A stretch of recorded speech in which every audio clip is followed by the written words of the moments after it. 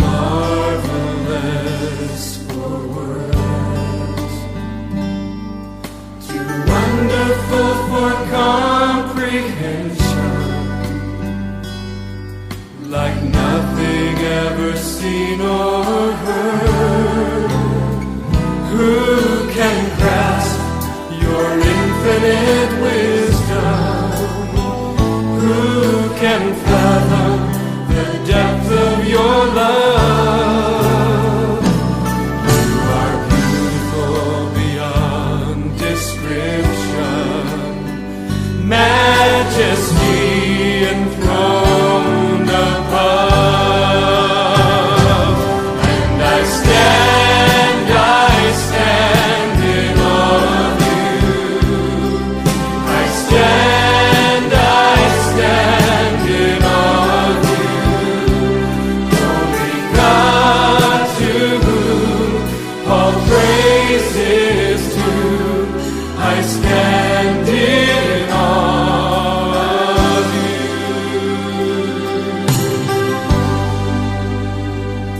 You are beautiful beyond description, too marvelous for words, too wonderful for comprehension, like nothing ever seen or heard. Who can grasp your infinite wisdom? Who can fathom the depth of your love? You are beautiful beyond description, majesty enthroned above. And I stand in awe of you. I stand in awe of you. Holy God, to whom all praise is due, I stand in awe of you. Magandang gabi po sa atin lahat. Ako po'y nandito tayo. Mag-devotion po tayo para sa Panginoon. Magandang gabi po. Ang topic po natin, prayer, panalangin. Alam po natin, bawat galaw po natin, kailangan natin manalangin. Kumakain tayo, kakain tayo, kailangan manalangin. Aalis tayo, bago po tayo umalis, manalangin. Amen po ba? Ayan title po, Prayer is the Need of the Hour. Pananalangin ang kailangan sa ating papanahunan. Ang text po natin, Acts chapter 12 verse 1 to 5. Sabi nga po dito sa number 1, ng panahon ng yayon ay hiniunat ni Herodes ang kanyang mga kamay upang pahirapan ang ilan sa iglesia. Number 2, at pinatay niya sa tabak si Santiago na kapatid ni Juan. At nang makita niya na ito, ikinatutuwa ng mga Hudyo ay kanya namang pinagpatuloy na huliin si Pedro. At nooy mga araw ng mga tinapay na walang lebadura. At nang siya'y mahuli na niya, ay kanyang inilagay siya sa bilangguan at siya'y ibinigay sa apat na kawal upang siya'y bantayan na ikinakalang siya'y iharap sa bayan pagkatapos ng Paskwa. Number 5 po, kaya nga't si Pedro ay iningatan sa bilangguan, datapot ang iglesia ay maningas na dumalangin sa Diyos patungkol sa Kanya. Tayo po'y manalangin. Amang Diyos makapangyarihan, maraming salamat po Lord sa gabi nito Lord. Sa oras na to Lord, maraming salamat po Lord. Malapit po kami sa iyo Lord. Lord, maraming salamat po Lord sa mga blessing na binibigay niyo sa amin Lord. Kalakasan at pag-ingat sa araw-araw Lord. Lord, patawarin niyo po kami Lord sa aming nagawang kasalanan Lord. sa oras-oras, Lord, gabi-gabi, Lord. Tawarin niyo po kami, Lord. Lord, buksan niyo po ang aming mga puso at isipan, Lord. Tawarin niyo po kami, Lord, sa aming mga puso at isipan, Lord. Kung meron po kayong nakikitang kasalanan sa amin, Lord, patawarin niyo po kami, Lord. Nabasbasan niyo po kami, Lord, sa inyong banal na dugo upang kami po'y karapat-dapat na makalapit sa iyo, Lord. Lord, maraming salamat po, Lord. Lord, nilalapit po namin, Lord, ang mga kapatid na may karamdaman, Lord, na akulusin niyo po sila, Lord. Napagaling niyo po sila, Lord, sa iyong makapangyarihan na kamay, Lord. Lord, akulusin niyo po sila, Lord. Pagaling niyo po sila, Lord. Lord, nilalapit po namin, Lord, si Sister Len, Lord. Lord, na sana, Lord, nilalapit namin po sa iyo, Lord, na ang kanyang financial, Lord, na sana, Lord, ayun po sana, Lord, ang gumalaw, Lord. Lord, sana, Lord, ang kanilang pangangailangan, Lord. Tulungan niyo po sila, Lord. Sana, Lord, ang kanyang pagka-opera, Lord, na recovery, Lord, sana, Lord, maayos po. Sana, Lord, ang kanyang pagka-opera, Lord. Lord, tulungan niyo po siya, Lord. Bigyan niyo po siya palaging malakas ang kanyang pangangatawan, Lord. Lord, maraming salamat po, Lord. Lord, nilalapit po namin, Lord, ang mga kapatid, ang mga pastor namin, Lord, na nilalapit po namin sa inyo, Lord. Na si Pastor Joel, Lord, nandun po sa Saudi, Lord. Ingatan niyo po siya, Lord. Bigyan niyo po siya ng makalangit na katalinuhan, Lord. Tsaka hingatan niyo po, Lord, sa kanyang tahanan, Lord. Bigyan niyo po siya ng malakas na pangangatawan, Lord. Pati po yung mga kasama niya po dun, Lord, na kasama po sa kanyang pananamba, Lord. Lord, nilalapit po din namin po sila Pastor Dangan, Pastor Aya, Lord. Bigyan niyo po sila ng malakas na pangangatawan, Lord. Lord, ingatan niyo po sila, Lord. Maraming salamat po, Lord. In Jesus' name, amen. Sabi po ni E.M. Baum, ang kailangan ng ating church ngayon ay hindi magagarang building o gamit, hindi pa mahuhusay ng mga pagpaplano at pangunguna, hindi magagandang programa, kundi masidhing uri ng panalangin, seryosong pananalangin. Aklat ng Acts ay story ng early church. Ang unang mga iglesia ay dumanas ng ibang persecution o kahirapan. Sabi po dito dun sa verse 1 to verse 2, noong panahon ni Herod Agrippa ay pinatay niya mismo si James, ang kapatid ni Juan. Doon po sa verse 3 to verse 4, dahil sa natuwa ang mga Hudyo ay gusto niyang sumunod na patayin si Apostol Pedro sa harap ng pagunita sa pagkabuhay ng ating Panginoong Jesucristo. Ang tanong, ano ang ginawa ng unang iglesia? Nananalangin po siya. Nananalangin po sila. Titignan po natin ngayong gabi ang kahalagahan ng pananalangin as a church. Kahit nasa quarantine po tayo, ang pinakakailangan sa ating kapanahunan coronavirus. Dito po sa number 1, let us pray collectively as a church. Sama-samang mananalangin as a church.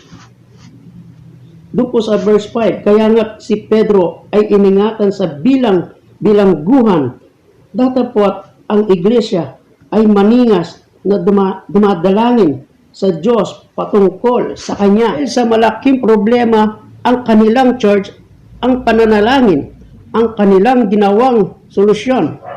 Anong kayang klaseng pananalangin? Earnest kind of prayer. Cross hue. Kaya puspusan, marubdob, masidhi. Gayon ay uso ang instant, subalit ang prayer po natin hindi dapat instant kundi constant.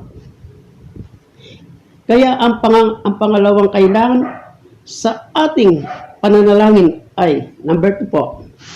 Let us pray continuously as a church. Nagpapatuloy na pananalangin as a church. Doon po sa verse 5, without ceasing. Ceasing non-stop prayer. Nagpapatuloy na pananalangin without ceasing. Ectenes, ang ugat na salita, pag-aayos at pagpapaganda ng isang display na bagay. Ang panalangin ay nag-aayos ng mga magugulo at hindi magagandang nangyayari sa buhay natin, sa pamilya natin, at sa kapanahunan natin. Prayer changes things and change life. Dito po sa pangatlong kailangan ng ating church. Let us pray fervently as a church. Without ceasing means intensively, perfectly, fervently, umaalab na pananalangin, umaapoy ng pananalangin, exceedingly on fire. Si E.M. Bounds ay nakamarka ang tuhod niya sa sahig. Sa kanyang pananalangin, nakamarka ang kanyang mga kamay sa pader sa kanyang pananalangin. Pang-apat na uri ng pananalangin ay let us pray specifically as a church. Manalangin ng simple at maayos na pananalangin, direct to the point. Hindi kailangan ang mabulaklak na pananalangin. Doon sa verse 5, for him, para kay Apostol Pedro, lang po, for the sake of him only. Maraming beses sabog ang ating pananalangin, walang concentration, wala sa focus. Si George Whitefield overnight nakadapang nananalangin. Kailangan po sa ating pananalangin, kailangan po nasa posisyon din po. Nakaluhod o nakatayo po, nakapikit, tsaka po yung bago po matulog, dapat po concentration po tayo bago kumain, mag-pray, bago po tayo umalis, mag-pray, bago po may problema po tayo, manalangin po tayo. Ang Panginoon po, siya po ang magpo-provide po sa ating mga pangangailangan natin. Pray lang po. Kung meron po tayong pangangailangan, pray lang po. Lumapit po tayo sa Panginoon. Kaya dapat conscious at focus tayo lagi sa ating pananalangin. Dito po sa number 5, let us pray confidently as a church. May pananampalataya, pananalangin. Doon po sa verse 13 to verse 14, si Rhoda may pananampalataya o naniniwalang si Peter ang kumakatok. Excited siya sa sagot ng Panginoong Diyos. Doon po sa 15, verse 15, ang church ay hindi naniwala, lack of faith. Hindi ang problema lagi kulang ang pananampalataya, kaya ala. Ito ang problema, lagi kulang ang pananampalataya, kaya ala. Amen po ba? Dito po sa conclusion natin, ito po tayo magtatapos. Sabi po ni Thomas Watson, ang angel ang nagsusundo. Ang nagsundo kay Apostol Pedro, ang pananalangin naman ng unang church ang nagsundo sa angel upang itakas si Apostol Pedro. Ako po'y aawit bago po tayo mag-closing prayer.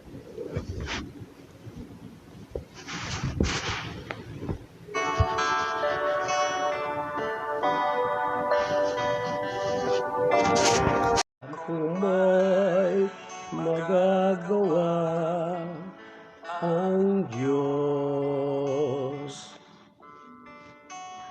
alam magagawa ang Diyos.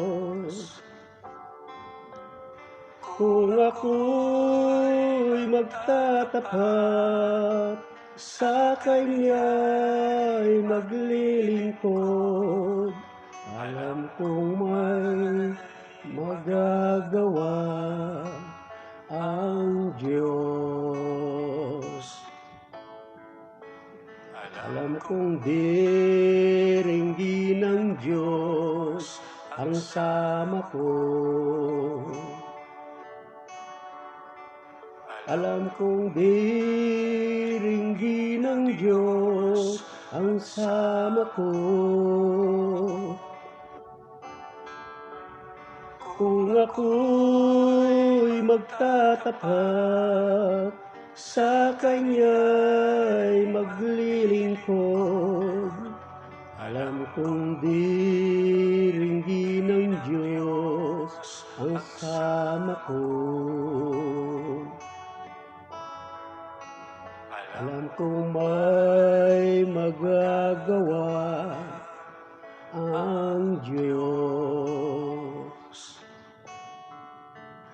Alam kong may magagawa ang Diyos. Kung ako'y magtatapat, sa Kanya'y maglilingkod, alam kong may magagawa ang Diyos. Ang makasama ng Diyos ay tunay. Ang makasama ng Diyos ay tunay. Kung ika'y lalapitan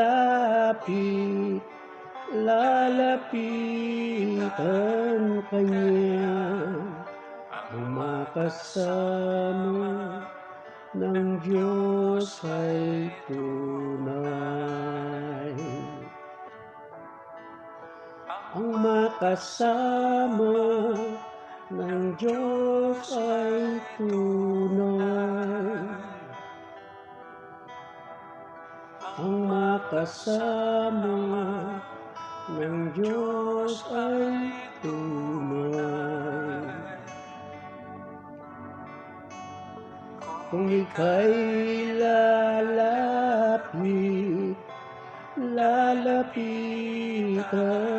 Kanya, ang makasama ng Diyos ay tunay.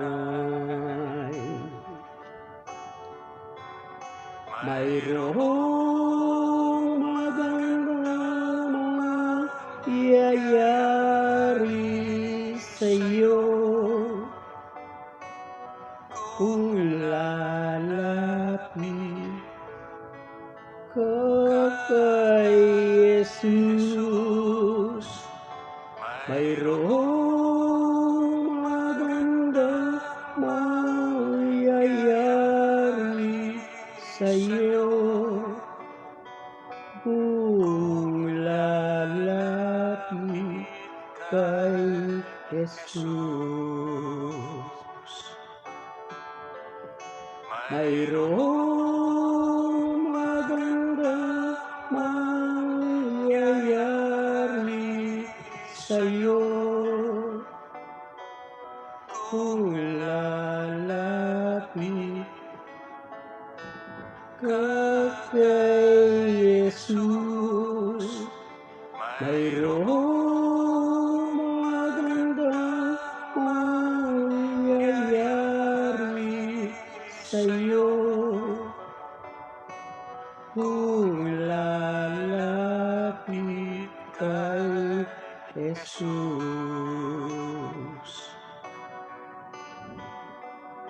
Kung lalapit kay Jesus.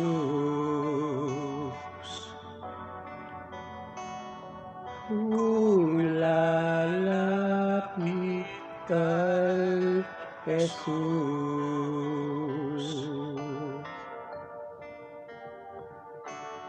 Praise God po, tayong manalangin. Amang Diyos makapangyarihan, maraming salamat po, Lord, sa oras na to, Lord, na aming pagtatapos ng aming devotion, Lord. Lord, maraming salamat po, Lord. Lord, maraming salamat po, Lord, sa mga pinagbulay-bulayan po ng aming inyong salita, Lord. Maraming salamat po, Lord. Lord, lumalapit kami ulit, Lord, sa iyo, Lord, na sana, Lord, ingatan niyo po kami lahat, Lord. Kaming mga magkakapatid, Lord, sa iyong salita, Lord, na sa iyo, Lord, ingatan niyo po kami, Lord. Lord, inuulit ko po, Lord, sana, Lord, binabalik ko po sa iyo, Lord, ang aking mga kapatid na may karamdaman, Lord, sana, Lord, aplusin niyo po sila, Lord, sa iyo makapangyarihan na kamay, Lord. Lord, pagaling niyo po sila, Lord. At ang mga senior, Lord, na kasama po namin, Lord, na sa gawain, Lord, na sana, Lord, palakasin niyo po palagi, Lord. Palagi, Lord. Palakasin niyo po, Lord. Lord, inuulit po, Lord, na sila Pastor Joel po, Lord, ingatan niyo po sila, Lord. Bigyan niyo po sila ng maklakit na katalinuhan, Lord, sa kanilang gawain, Lord, doon, Lord, na saka po yung mga kasama niya doon, Lord. Ingatan niyo po sila, Lord, sa kanilang tahanan doon, Lord. Lord, maraming salamat po. Ganun din po, Lord, ang aming mga pastor, Lord. Ingatan niyo rin po sila, Lord. Ang mga missionary namin, Lord, ingatan niyo rin po sila, Lord. Lord, maraming salamat po, Lord. In Jesus' name, amen.